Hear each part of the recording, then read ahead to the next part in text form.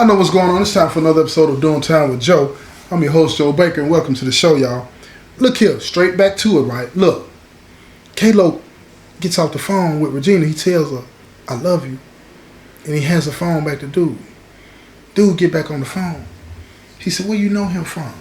Straight to her, right? And she said, he's just somebody from my past. He said, in what way is he from your past? He said, I don't want no drama. I don't want no drama, but this dude, he act like he really know you. So Regina, she play it off and tell him, don't be worried about that. He just somebody I know. He ain't nobody. He ain't nobody I want to be with. I want to be with you. She rocking him to sleep, telling him all of these different types of things, right? So dude, he said, all right, I'm going to leave that alone. You feel what I'm saying? Because this dude can have anybody he want. He finna get out anyway. And, you know, Regina, you know what I'm saying? If he stays with, he stays with. If he don't, he don't. But right now, this is just something that he wants to do. You know, because he does care about it. But he don't want no trouble out of dude. In here, you get caught up in a situation like that, and it's going to be problems, man. It's going to be problems. So check this out. So K-Lo, he still got her address. He done confirmed she still live in the same place. He writing her. He writing her. He throwing salt on dude, dumping on her. Talking about he this, he that, he up in here, he ain't straight. Ain't none of it true, though. Ain't none of it true. But he know Regina. Regina like a certain type of dude. She like a certain type of dude. And then all of a sudden, one day, he get a letter in the mail. It ain't from Regina. At least it don't have Regina's name on it. You see what I'm saying? And it's got a post office box number on it. But it's Regina. She put that same familiar perfume on the letter. So he knew it was her when they called his name, when he smelled it. He runs to the cell. He don't want nobody to see him open it or read it. He get to the cell and she said, I missed you. First words off of the thing. I missed you. Now his heart started beating. And he reading the rest of it and she's like, look, I think I might have made a mistake. I don't want a dude like him. I want a dude like you, but I need somebody that's coming home. I need somebody to lay in the bed with me at night. And you can't be that person because of the amount of time you got. She said, I do still care about you, but what can we do about that? It's nothing we can do to change that. Oh, he pick up the pen and the paper. This is what happens in here, y'all. He pick up the pen and the paper, right? And he start writing it back, telling her, look, what you don't know, while you've been out of my life, I heard from the Court of Appeals, and I'm getting back in court, and it looked like I might get some play on my sentence. Totally fabricated. Ain't none of it true. None of it true. But that's what he telling her, because he wants to give her some hope. He got to have her believing that it's a chance for him to be getting out so he can be with her, right? He put it in the mail, sent it to her. She writing back, put this number on your list. She done went and got another phone number just for him. Now, he calling. When he called, she can't be on two phones, right? Dude calling, she ain't answering. But then conveniently, when he ain't on the phone, when dude called, she answered. And he asking her, what's going on? Something wrong? So dude started to notice this pattern. Every time K-Lo on the phone, he can't catch Regina. Every time he not on the phone, every time he not on the phone, he catching Regina. So dude said, okay, this is what I'm going to do. When K-Lo go to the phone, I'm going to go to the phone. And he dialing. And he looking at K-Lo. Both of them looking at each other. Both of them dialing. Both the phones ring. She don't pick up. Both of them hang up and redial.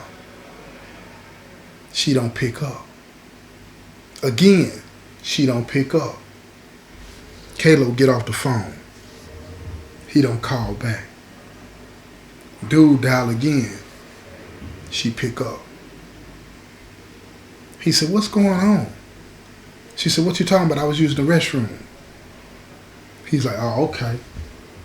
He just came straight with it. He said, I thought you was talking to somebody else. She was like, who else would I be talking to? And he hit her straight. I figured you was talking to dude. And she was like, why would you say that? Now he macking on her. Like, look, this is what he told her. He said, look, he told me he be calling you. I ain't tripping. If that's what you want to do, just tell me.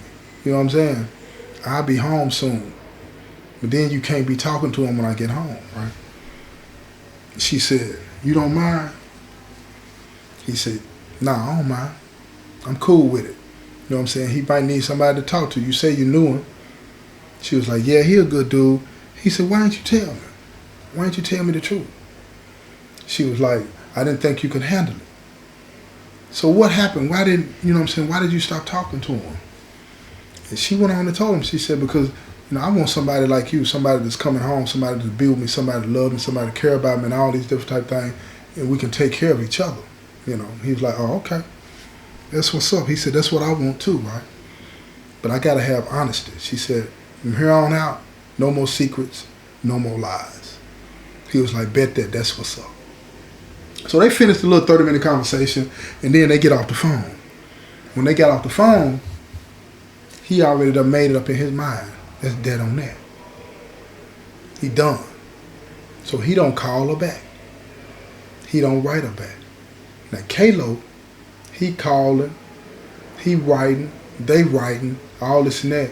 Now she panicking. Because see, this ain't never happened to her. The tables just got flipped on her. And now she's tripping on why he don't want to talk to her. She don't understand what's really going on. She come to visit. He denied the visit. And we can do that, y'all. I know a lot of y'all might not know that.